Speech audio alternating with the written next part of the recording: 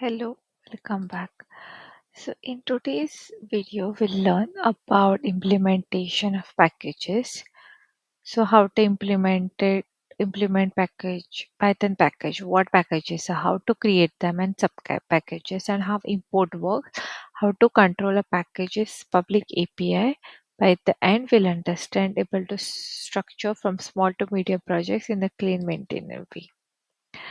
Creating packages.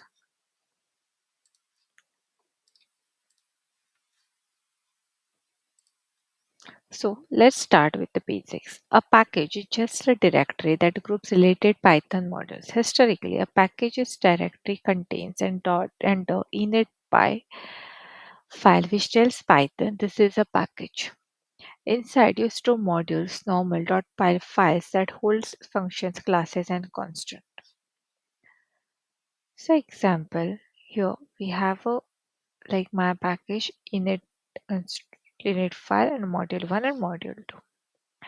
So tip in it can be empty, but you can put package level initializations, small things. Even though Python 3.3 plus allows namespace packages without under init, including it keeps these explicit and compatible with tooling.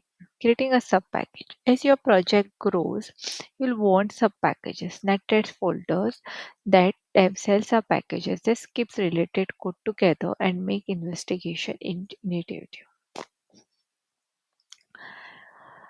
Inside a package, you can use relative imports, a concise way to import sibling modules without hard coding the full package path.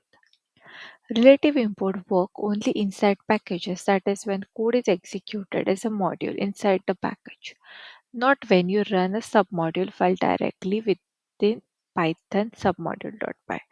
To run package code that uses relative import, use a dash import switch from the project rule.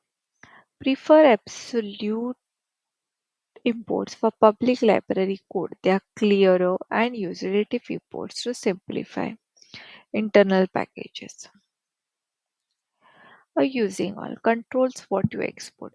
When someone does from package import dash import import asterisk, Python by default imports all names that don't start with an underscore.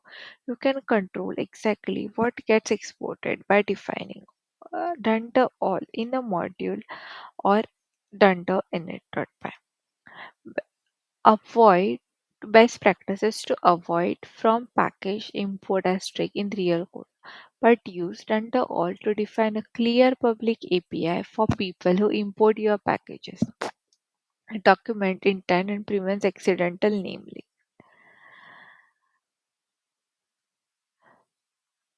Common pitfalls are like use meaningful lowercase packages modules names.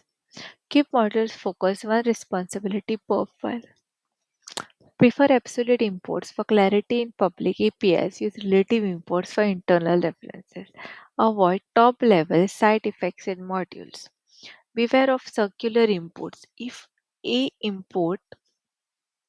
imports B and B imports A at top level, use the partially initialized modules resolved by moving imports into functions or redesigning module responsibilities. Thanks for watching this video. We'll meet in the next session.